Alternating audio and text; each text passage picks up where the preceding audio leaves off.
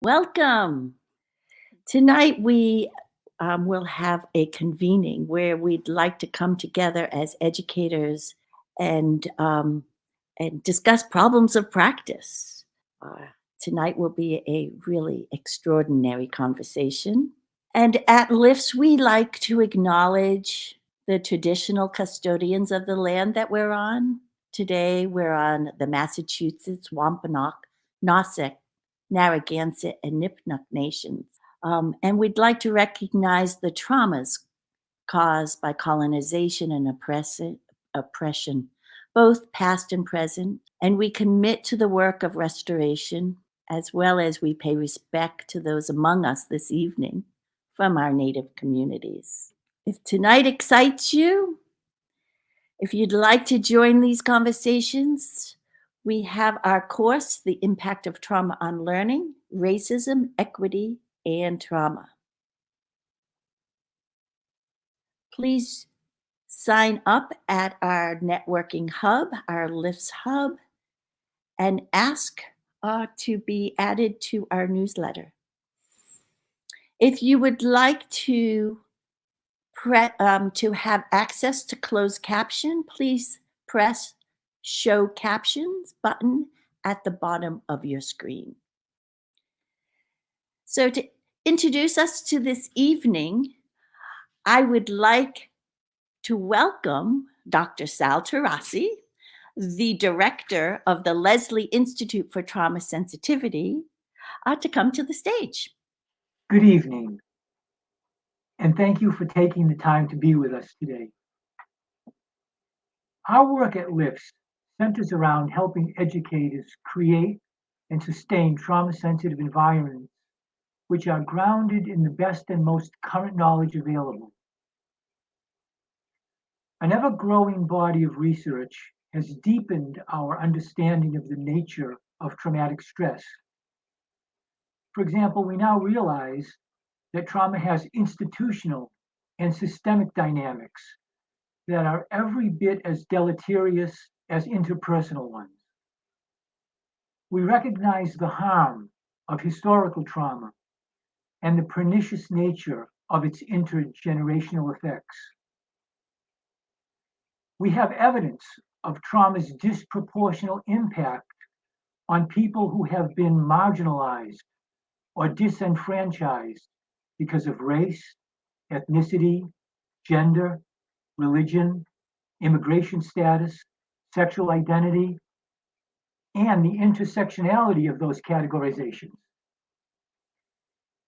We've learned that trauma is not fully explained by an event or even a set of events, as much as by individual and group reactions to a set of circumstances experienced as harmful and that has lasting effects on mental, physical, social, emotional, and spiritual well-being. Tonight, we will begin to explore some of these aspects of trauma from the perspectives of three experienced educators who will now be introduced by our lead clinical faculty member, Joe Restuccia.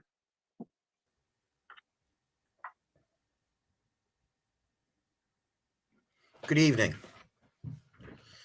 I am delighted to welcome everyone to tonight's convening, moving towards equitable and anti-racist practice. We are fortunate to have three guests this evening, Dr. Jennifer Herring, Marco Odiaga, and Dr. Tia Lights, all Leslie adjuncts teaching our LIFTS courses, including our newest course on racism, equity, and trauma. So I ask our panelists, please introduce yourselves, and in your introduction, please give us an overview of your why. Why do you do the work you do? Jennifer, could you lead us off? Good evening, everyone. Thank you so much for joining us today. My name is Dr. Jennifer Herring, and I'm so honored to be with you all today to talk about why I do the work that I do. In addition to my role as an adjunct at Lesley, I am the social justice curriculum and data analyst in Framingham Public Schools. And what that means is I have the opportunity to support school leaders district wide in becoming trauma informed and equitable in our academic, behavioral, and social emotional practices district wide. The reason I do this work is because of my passion of seeing students who have endured trauma be successful. And so, really thinking about the whole child in that sense and figuring out how to create safe and supportive learning environments while keeping in mind the identities of all students individually and collectively. Thank you. Welcome, Jennifer. It's a real pleasure to have you with us this evening. Marco, would you be able to go next? Hi, my name is Marco Odiaga, and I'm still getting used to the idea of an ASL interpreter trying to keep up with me. So thank you. I am the partial inclusion special education ELA teacher at Neighborhood House Charter School in Dorchester. I work with scholars who are anywhere from 2 to 4 years below grade level in reading, and I work towards helping them achieve their IEP measurable annual goals. But I also am very, very kind of committed to the whole life of the school, and most importantly, to the lives of my students away from the classroom. And I think I was asked why I do the work that I do. In a way that feels most real to me, the reason I do the work that I do is because I haven't yet given myself permission to stop. And some students have made it clear to me that they haven't given me permission to stop. So that's where I'm coming from. It's nice to be here. Thank you. Yeah. Welcome, Marco. It's really great to have you. And lastly, Tia. Hello, everyone. Just thank you. I'm so happy and excited to be here and speaking with you all. So, my name is Tia Lights. I am currently a middle school principal. I'm very proud of my school. It is the only historically Black college and university based middle school within our district. I was part of the recharter team in making sure that that school stays open from putting it to a high performance level, which I'm really grateful for. I'm also a advisory board member for Think Kids out of Mass General Hospital. And additional to my role at Think Kids, I sit on the Diversity and Equity Committee as well to create changes and or strategic goals that align with collaborative problem solving. And I'm also a South by Southwest presenter.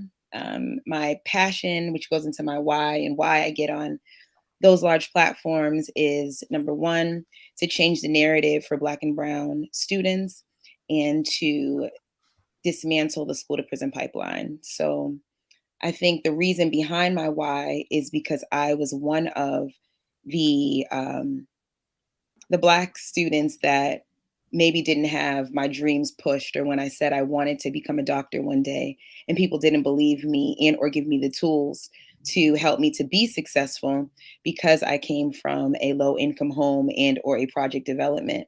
So I think now that I am in a school leadership role, my why is just changing the narrative for those students, because the students are me. Tia, thank you very much. And really want to thank all of you for the work that you do in our schools. So as we move to tonight's presentations, I ask those attending to please put any questions you would have into the chat, or if you will, in that comment section, and we will get to them all after all of our panelists have spoken. I'm sorry, when I say get to them all, we'll get to as many as we can after all our panelists have spoken. And to begin our discussion on challenges and opportunities, can I ask each of the panelists to share your views on ways in which students are traumatized and re-traumatized in our schools?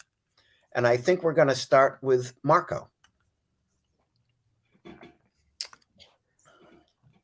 The most prevalent example that I've seen, and I see it every day, I think younger students, and in my school, particularly current 9th and 10th graders as a group, were traumatized by returning to live school last year.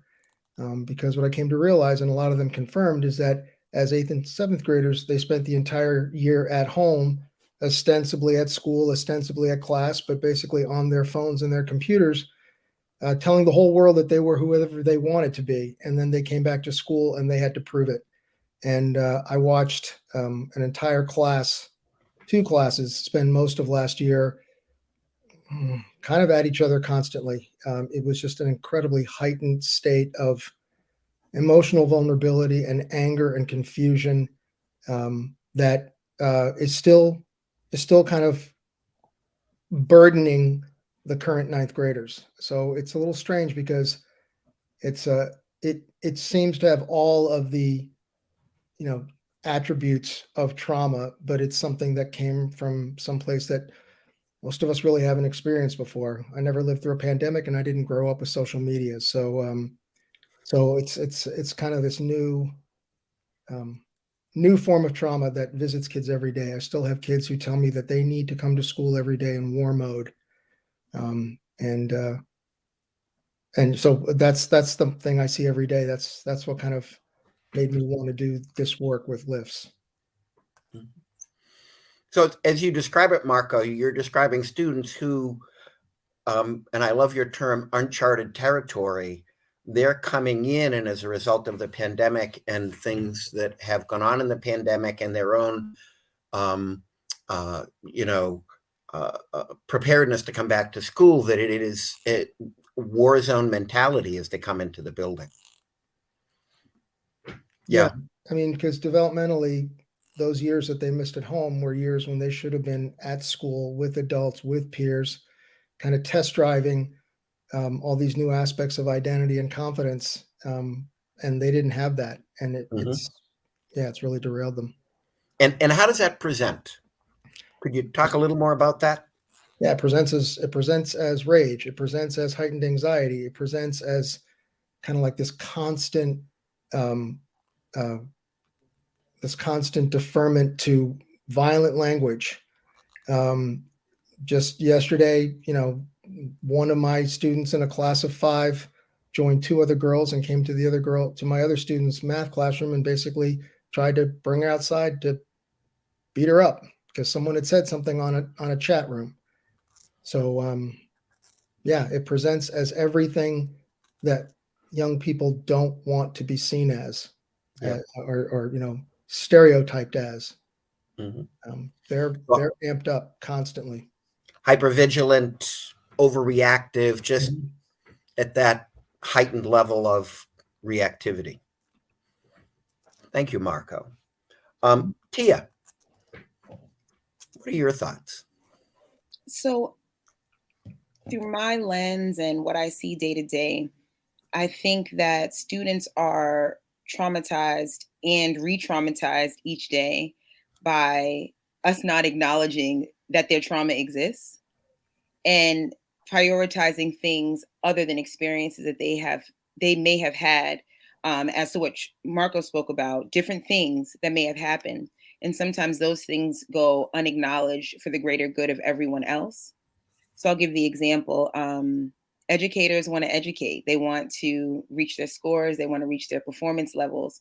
So sometimes they don't stop and take the time to truly understand what students are going through. And then students may go home and the same thing happens to them, where whatever they're experiencing, they may not have a safe space to let that be known or to talk about it. And so even when schools like mine and other schools within my area, when we create space for students to talk about trauma and or experiences they may have had, we're with them for 8 or 9 hours a day. But then they can go home and their experience looks extremely different from the one they had at school. So we have to do the same exact measure over and over again. And we want everyone, all educators, to stay in it, but it is a hard task. It is a hard it's a battle. And so just that cycle that goes around and around and around in a circle is traumatic in itself when they do not have the space to talk about it. Right. And well, thank you, Tia. And when you talk about giving them the space to talk about it, right, and the importance of that, what does that look like? Like, share with us your wisdom on that. Absolutely. So of course we have what most schools have, tiered interventions and counseling, and we have a clinical social worker at our school. But as we know, it's just a human being, if we just think about ourselves, sometimes we do not want our trauma to lead for us. We do not want our experiences to lead for us. So it's scary to talk about. So as educators, you find a way to implement it into your daily day-to-day practices. It could be in curriculum. We are now using a curriculum called Second Step, which I love, which is an SEL curriculum. We use building resilient students. And so our do nows and exit tickets have to deal with that.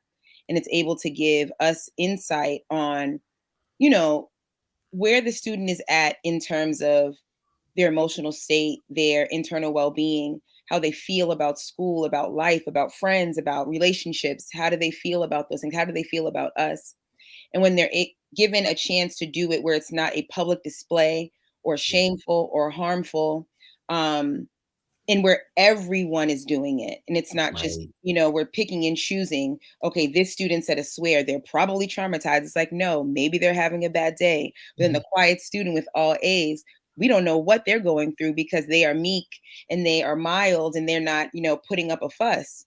So I think that in itself shouldn't happen. So I want to make sure that the students I work with, and when I do events like this, everyone needs those tools. The teachers need those tools. The admin need those tools. The district leaders need those tools. We all need those tools. And so they are just beneficial. And in the long run, the results are, because it creates change. You have data to create change. Yep. Well, thank you, Tia, because if I'm hearing you right, you're very clearly articulating the importance of weaving this into the day for everyone. That it's not identifying and separating out, but it's just how we run things in our school, and that it's beneficial for all of our students. And I might probably also say maybe staff as well, but I don't want to make that presumption. But thank you, Tia. Thank you very much. Absolutely. Jennifer, your thoughts? So when I think about kind of how trauma lives in school for students, I think about the culture and the professionalism of the adults. And I also think of the historical systems in the school. And how that plays out for me in my work is through discipline. Language is so powerful. And I have found that as a building administrator and as a central office administrator, it's always interesting to me to hear how teachers identify behaviors that are happening. For example, there are crisis calls that have to happen at times, and sometimes other calls around physical altercations, etc. And it's always interesting how students of color are described in the actions that they do versus their white counterparts. For example, a lot of times students of color that have been involved in a physical altercation, it gets called in to administrators as physical aggression. Right. And so a lot of times there's like this panic, this heightened sense of awareness and kind of fear, even among adults, for students that are, from pre-K all the way up to 12. Right. And so in my mind, they're children. And it's very interesting to hear how adults are internalizing behaviors of children based on how they identify. I can use an example. Just the other day, I was supporting a building around a situation that happened between two boys. And with one boy, the teacher identified the behavior as he was punching people. And in the same conversation, the other student involved was he was using his fists. Right. And so it was very interesting to see. And, you know, it was very powerful to see the administrator kind of calling that in and saying, wait a minute, I just want to clarify something. When you're describing student A, you're saying he was punching. When you're describing student B, you're saying he's using his fists. So it sounds like they were both fighting and it sounds like they were both punching, right? But being consistent with that language is really important. And I think that another layer to that work has a lot to do with our fragility as educators, and you know, whether it be white fragility, you know, any kind of, you know, no matter how you identify, just the fragility of not wanting to be identified as someone who may hold biases against students.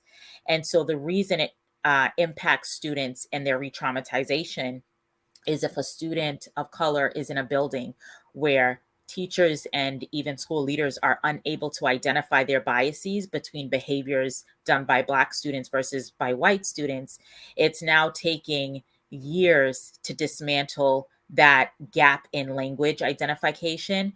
But in the meantime, while we're waiting for educators to be ready to have conversations about their bias, students are continuing to be re-traumatized. And so for me, that's where my work comes in, because I have to kind of, you know, be very diplomatic, for lack of a better word, and be sensitive to, you know, students are being impacted on a day-to-day basis with these biases that are living in systems, instructionally, in the curriculum, in discipline.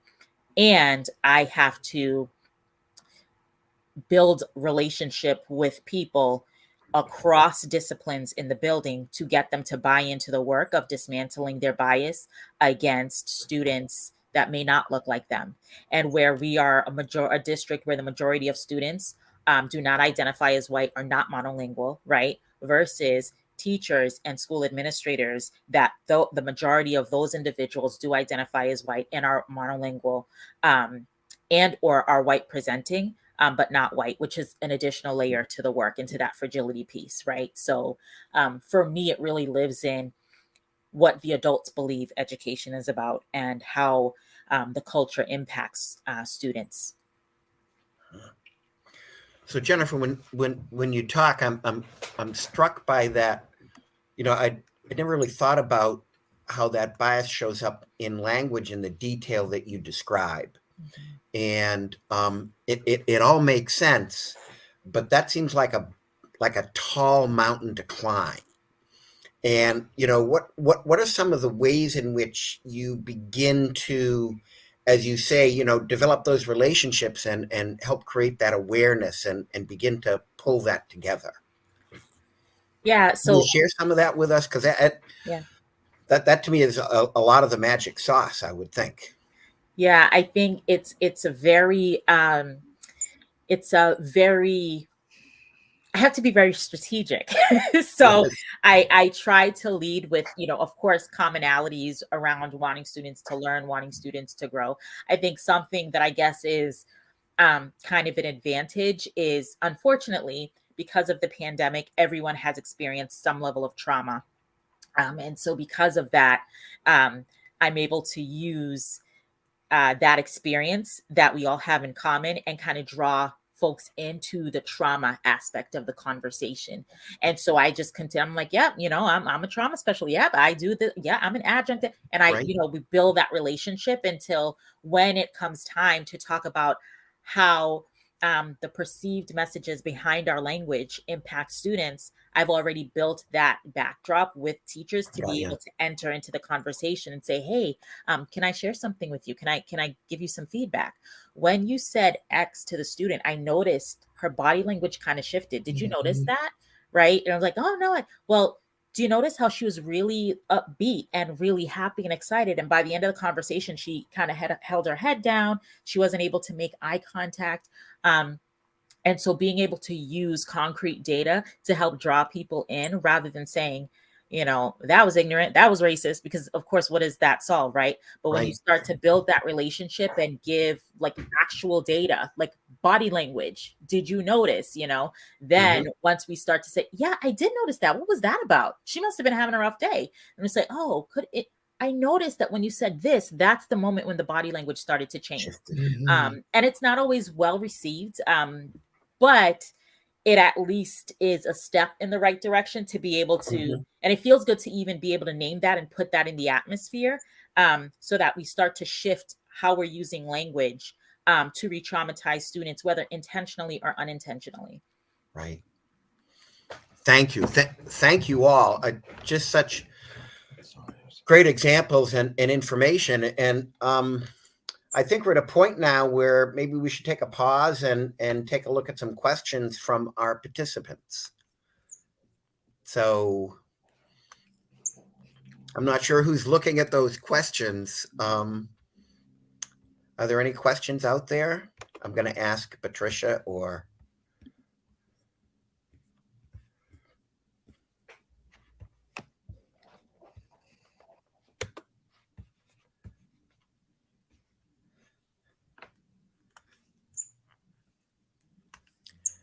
Could you share that question with us, Patricia?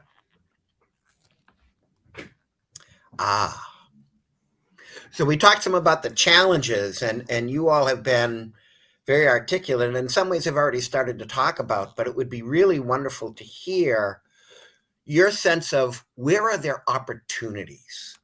Where are those opportunities? You talk about developing those relationships, weaving things into the day, being aware of how students come to school. Where are the opportunities to really enhance that sense of connection and belonging between staff, the school, and our students in a way that can begin to address these? Where do those opportunities live in your experience? Where do you see that?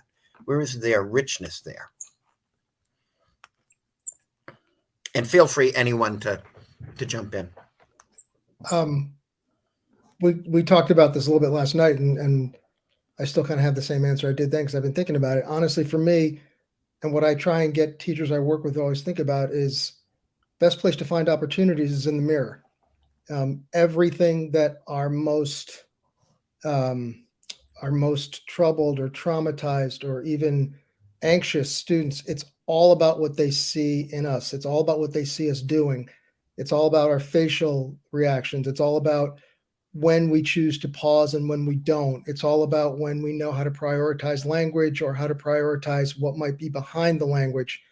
So I really believe that that the most important thing for us to do is to really get to know who we are as people in front of students.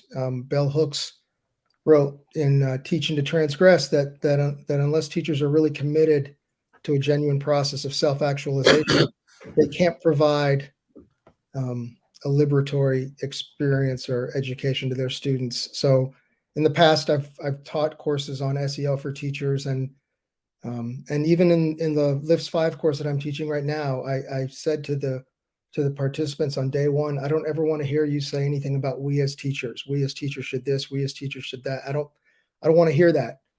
I didn't ask you to speak on behalf of all teachers. You're not qualified to speak on behalf of all teachers. But most importantly, when you speak about all teachers, it's dissociative.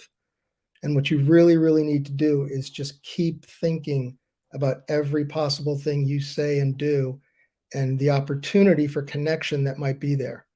Because what I've noticed with the most sensitive kids I've worked with is that more than anything else, they want to work with someone who doesn't flinch too quickly. They don't want to work with someone who has a glass jaw. Mm-hmm. And so, Marco, you really are focused on the importance of establishing those genuine relationships with students, like the real relationship. Mm-hmm. And you talk about looking in the mirror. What does that, or I guess I'm thinking in terms of what are sort of those core guidelines that would help folks in terms of getting past that that barrier to be genuine with students, to be who you are in a sense, while still maintaining obviously your professional stance as the teacher. Or maybe that's an artificial tension I'm inventing, but no, I mean, I don't think it is, because I kind of feel like I have an answer. One thing I always tell myself, and I always tell teachers I work with that whenever possible, slowing down, slowing down almost never hurts. Slowing down your thought process, slowing down your disciplinary decisions, slowing down how quickly you think you know what someone is thinking, slowing down any moment when you're about to put words into a child's mouth. I've noticed with the students I work with that they kind of know if I stop for a second, it's because I'm gathering my thoughts. And they know, for example, when I get really angry, I just stop talking. I just stand there and I just stop. And they know it's because I'm not ready to make a decision. Now, different people have different levels, or people sometimes feel like they have different degrees of permission to do this when they're working with kids, but there's an opportunity. Look for opportunities to give yourself permission, because so many times slowing things down helps you see them in a way that feels real to students. Mm-hmm. For better or worse, 33 years, I've never once kicked a child out of a classroom, and now I can't even imagine myself doing it. And I've had kids do some pretty crazy stuff in my classroom, but my students are partial inclusion students, many of whom have IEPs that designate emotional impairments. So if someone is like acting up or whatever in my classroom, I'm going to take a ninth grade child who's in distress, and I'm going to give him a note and say, I want you to walk out of this building, walk across the parking lot, go over to the dean's office and tell him what happened. For most of my kids, if I ask them to leave the room, I'm setting them up. Yep. So that means if I'm not going to let them leave, then I got to slow things down. So I always, when in doubt, I always just slow down. Slow it down. Great. Jennifer, Tia, thoughts on opportunities to support our students? I can answer. So I'm going to change a word in the question to fit my answer. So the question, where are there opportunities to support our students? And because I think they're everywhere, I'm going to ask the question, to me, where are the opportunities to ignite the time and place to support the students? So Yes. how are we igniting those things? Because I feel like they're everywhere. And I think even using the word students, we are the students too. So I think an opportunity in that, as Marco is saying, it's about self-reflection and realizing that, support is like a give and take. I always explain to my teachers, yeah, today, when you're proctoring a test, maybe you are the teacher, maybe you're the proctor, but you're the facilitator of the knowledge. We're going to flip the classroom so the students, they're the teacher. And it's their opportunity. That's their time to shine. It's their time to check for mastery. It's their time to feel like I am in control and I'm in charge, and I'm in charge of themselves first. And I think that sometimes, I'm speaking for myself, I used to miss those opportunities when I was an educator, when I thought that, okay, my goal in this work is to just give academic content and that's it. And then when I did research for my dissertation, and my research question was, what are the non-academic qualities that ignited academics? What was it that teachers did, or school leaders did? And it really got into supporting the students in being who they need you to be at that time, and then being open for them to be who you need at that time. So maybe you need a listening ear, and your student is venting to you about, something they've maybe seen on social media, and you're giving your perspective in that back and forth. That's instant connectivity for them to want to be open to your support. So there's just qualities that, are sometimes just hidden gems, but you have to ignite them, because opportunities arise all the time. My role as a principal, I'm the principal, maybe when I need to be firm, but sometimes I'm the parent. I'm the advocate. I'm always their advocate, good, bad, or indifferent. So that's how I support. They know, good, bad, or indifferent, I'm always going to advocate for you, for the betterment of you. But I make those things transparent to the students as a form of support, so they know, they have a clear expectation of who I am to them. And that has been super helpful, in my journey as a teacher, as a dean, and now as a principal. Mm-hmm.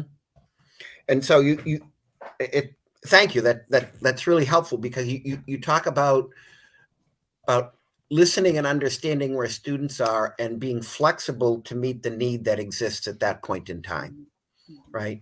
And not that we can all do that all the time, but if you're in that practice, you develop those skills to be there for how they need you to be there. Yes. And that is a genuine sense of caring and relationship. Yes. Yeah. Thank you. Jennifer, do you have anything to add? Yes, I appreciate everything Marco and Tia said. And I think for me, the glaring opportunities to support students kind of live in our bodies and in our physical reactions to trauma. I think so much, so many times we think about the environmental impact of trauma and the systems. I also like to think of the brain and the body. And so I think anytime an educator, school leader, whoever, right, a student support person feels fear, right? If you are in an elementary school and you are fearful of children, that's an opportunity to check your bias and reframe your work with students, right? If you're in a middle school, if you are literally in fear, if that is how you are reporting or describing the level of support you need, that's an opportunity. The second thing that comes to mind, I really appreciate what you said around like being intentional about keeping students in the classroom. So many times I've heard educators say, I need you to take him, he cannot be here anymore. Or she needs to go, she can't be in my classroom, right? Like simple things. Again, language. The classroom is supposed to be a community for students, and far too often it's not seen as that for all students. And so thinking about opportunities to reframe our thinking around student behavior, who is doing the behavior, what is the discipline or the consequence carried out, depending on who is doing the behavior, and who has the ability to instill fear in adults, even from elementary school age. I think those are the real meaty opportunities to rethink trauma and student achievement in school, in addition to everything else my colleagues have said. Thank you. So that just the importance of that self-reflection and everything you're talking about just seems to be so important. And so let me ask this question, which is, what about your lived experience has informed or enhanced your ability to self-reflect or to be self-reflective in your professional practice? I mean, it's hard for all of us to really be able to hear that. But I would agree with you. I think it's critically important at any level of our practice to be able to hear constructive criticism and integrate it into who we are as educators. And that self-reflection to me is, Marco, your thought of looking in the mirror to me is, it resonates certainly throughout my career. So what are things about your lived experience that have enhanced your ability to do that? I think for me, it starts off with my own schooling experience as a child. And throughout the years, being able to make observations between what I was and was not able to get away with versus students who didn't look like me.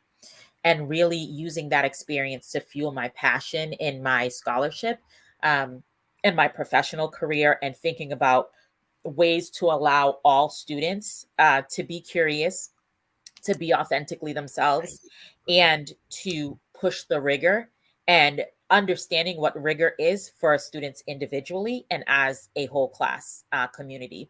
I'll use an example of I mentioned the word curiosity, and it made me think of growing up in predominantly white private schools, how curiosity, questioning, inquiry among my peers was celebrated.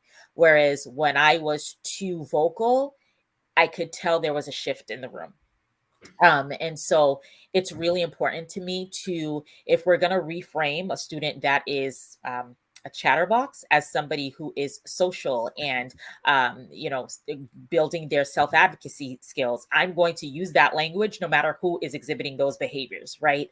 And so giving opportunity for all students to be able to be strong, be bold, be outspoken. And this is even something that I work on, that I'm supporting teachers on currently when it comes to, what could be said about a student who is of color, a student who has a very strong speaking voice and has a tendency to derail the whole lesson. So you might say the kid is a pain in the butt. Yes, absolutely. And we could reframe that to say, wow, what a leader. He has the potential to get the whole class's attention. Not, your initial instinct as an educator, but a practice that I try to continue to do, to think about lived experiences of what it means to live in the body of a Black or brown student, right? Yep. And what are those like strong characteristics that are not always celebrated, even culturally, in Black and brown and indigenous homes. Some, not all, but there are some cultures that value quietness, right? Right. And so thinking about having to kind of code switch between a culture that values a child who's seen and not heard, a child that does what he or she says, right? And then having to measure that against going into the academic systems where you're seeing your peers being able to ask why, and be vocal about dissatisfaction, and then realizing, well, that's how to get ahead, but yet I'm being taught that being quiet is the best way to be accepted and respected. So for me, it's kind of understanding what are those ways that we've reframed certain behaviors, and not centering it around whiteness at all, but thinking about if there are patterns of celebration and ability to reframe with students that are white, how can we spread the love and spread the joy and ensure that we are celebrating those same behaviors across the board? Yeah, you hit on a really important piece, Jennifer, in terms of how we reframe, because it comes from us, and to be careful in terms of what that reframe, where the bias might lie, and what that means for that child. Thank you. That's very articulate. Any other thoughts? We have one more question from a participant that I wanted to share as well.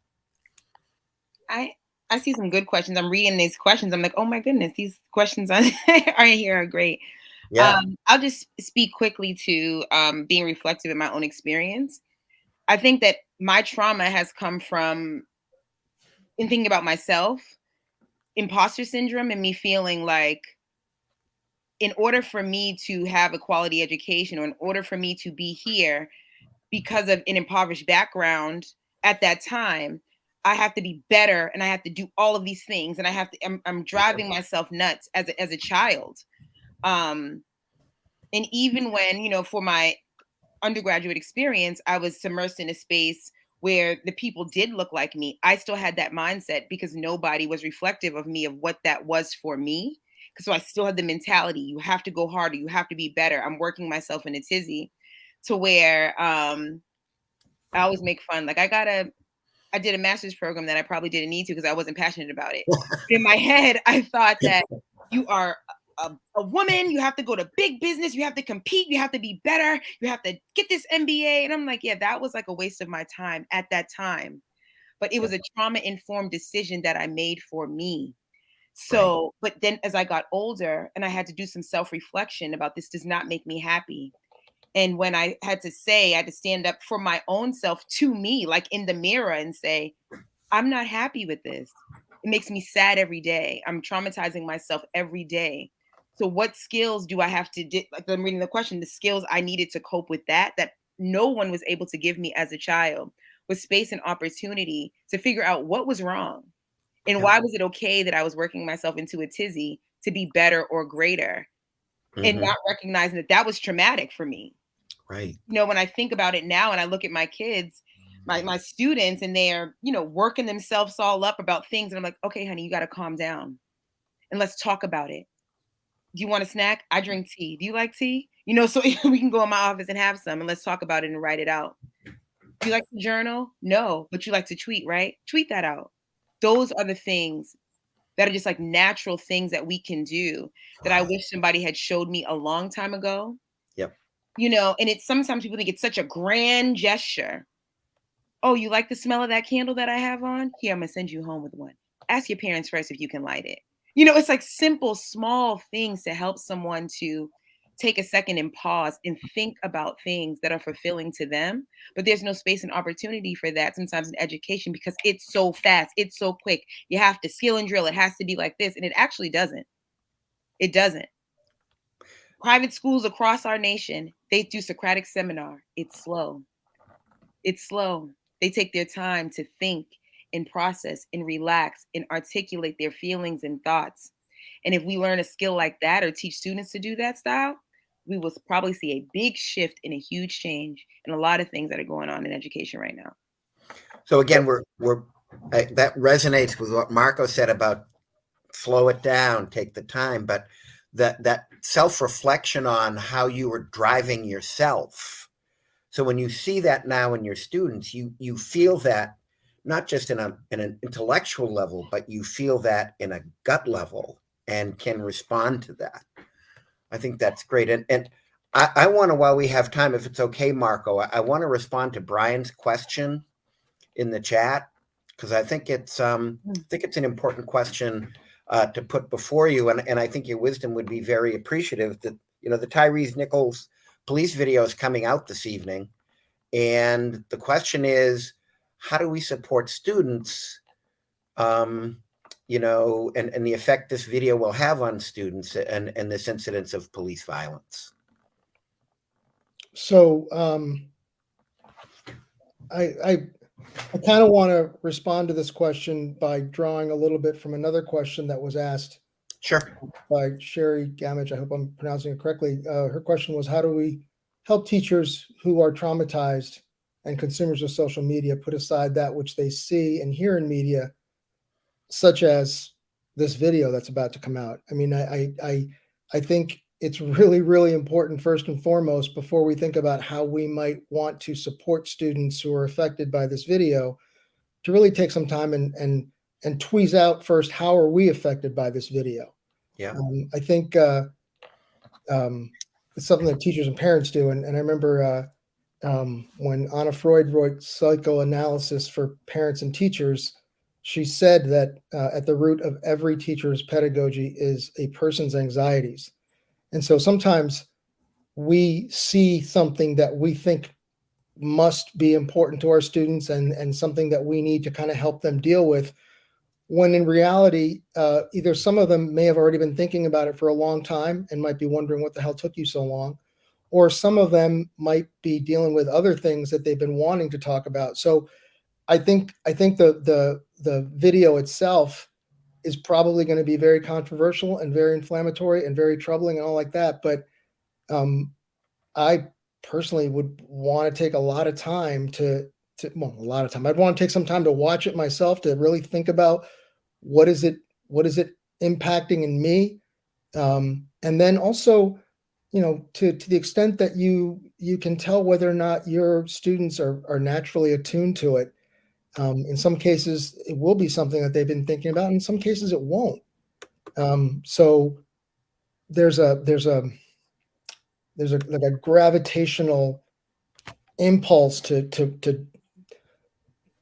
deal with the things that we think might be most traumatizing to our students, that in some ways might be reflective of what has already been most traumatizing to us.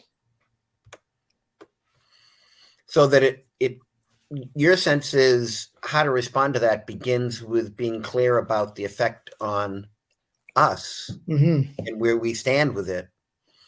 And that becomes a foundation for being able to have that discussion with students. Thank you. Jennifer, Tia?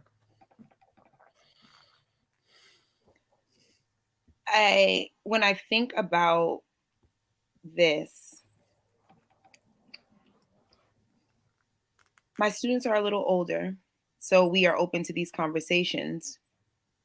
But knowing them, knowing our community, I'm actually interested in, are they going to see a different thing with this than they did George Floyd due to race? And is that because some of the communities that they are from and I am from, there's been crime that's happened of that nature that has nothing to do with police? So I want to see what their sensitivity level to that is. And that's very important to the work that we do as change agents within the school. So I think I would pose questions to them because I know they're going to talk about it. I'm sure their families are talking about it, but I want to know what their perception of this is in order for me to navigate for them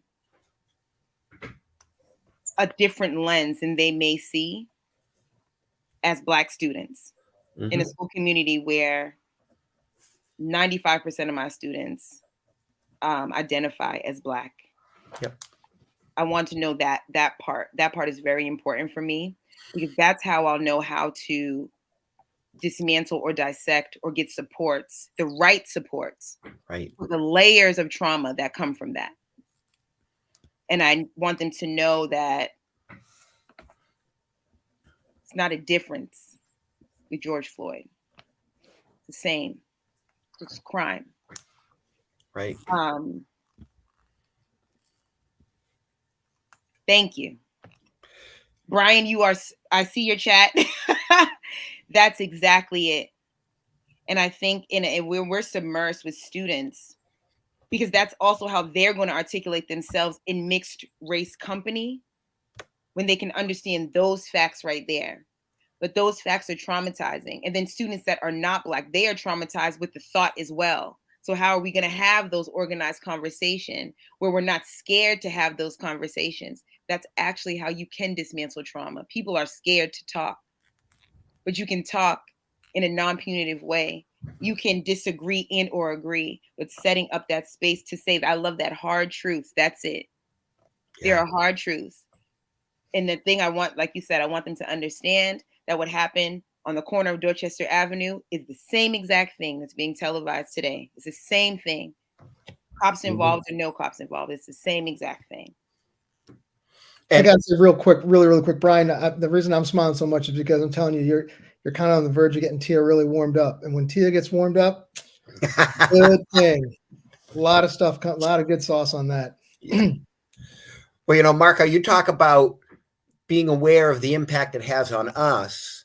And Tia, what I'm hearing you say, a big part of it is listen to our kids. That will inform where we go, like the supports that are needed, and it's that listening and helping them see the connections with other historic elements of other historic events.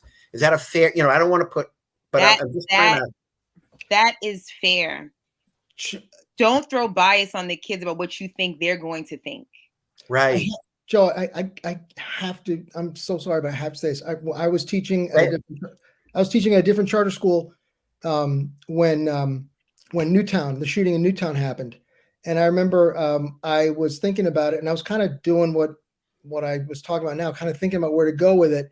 And I had a class and like their day went by as normal, whatever. And I didn't bring it up because I wasn't exactly sure what to do with it. And then at the end of the day, I happened to walk through the lobby, and a lot of the kids in that class were all sitting there. And I heard that one of them ask, "Do you ever think someone would come into our school and shoot it up?" And the other one said, "No." And the first one said, "Why?" And the other one said, "Because no one would care." And if I had tried to make a conversation of it first, I probably would have missed that. But the next day, I just said, "Hey, I overheard, I hope you guys don't mind, I overheard what you all were talking about yesterday. And if it's okay with you, can you tell me a little bit more?" And bang, that was it. They told you a few things. Yeah. Including that we don't worry about it because we're a lot more likely to get shot within 2 blocks of this school than we are in this school. Wow. Jennifer, I wanted to give you any space if you want some. Sure. Thank you. I think for me, I have a slightly different perspective. I guess my perspective is how should educators and or teachers navigate a system where news like this is not always named, covered, acknowledged, right? I've worked in many districts. I've worked in districts that are very aware and in tune with what's happening and very invested in giving students an opportunity to tease these issues out. I've also worked in districts where there's a lot of pushback against even naming that these things are happening, right? And it goes down this rabbit hole. So, and I've also worked in districts where there is acknowledgement of tragedy, but it's the acknowledgement of tragedies that are done against certain people and not others, right? And so thinking about the language piece again and what is the messaging around the silence regarding issues such as these. And I would ask, how does the silence and the lack of acknowledgement of these issues impacting our students and our teachers and administrators of color that are doing this work every day and having to fight against systems that don't even see it worth mentioning or valuing or holding space for these issues that are happening time and time again. Right. In some ways, that silence almost could be interpreted as this is standard operating procedure, that there's nothing unusual here, which is a very disturbing message to. Right. And it's also, I mean, it also kind of messages we are in solidarity deciding to not honor and value and hold Right. space for this. Right. Versus Right. when we name, let us have a moment of silence for fill in the blank. Yes. And citing an event that happened versus saying nothing, which says a lot. Yeah, nobody's saying anything. We all agree this is not a big deal, right? Let's move on. And then to sit through the feelings and the emotions with these events, and then not too long after actually see a public announcement about a tragedy that's happened outside of the Black community, which we do honor, right? We do want to hold space for. And I always wonder, what is it that's happening there where we're acknowledging certain communities and not tragedies in others? Mm-hmm. Thank you. Thank you.